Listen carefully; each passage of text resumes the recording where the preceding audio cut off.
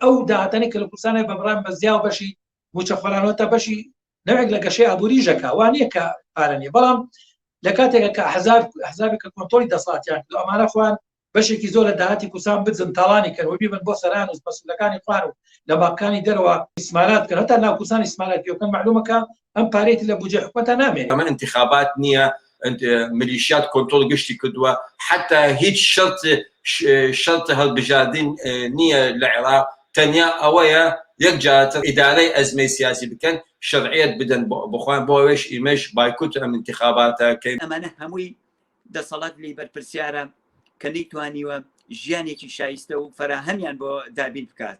مناڵان هەر لە مناڵیەوە بە تایبەتی ئەو خێزانێنی کە کەم دەرامەتن. باشترین هەل ئەوەیە کە هەموو ئەو هێزانەی کە لە ڕاستیە شێوەی میلیشا لە کەرکووکن بچنە دەرەوەی ئەم شارەوە لە خەڵکی شارەکە نوێنەرانێک دروست بکرێت.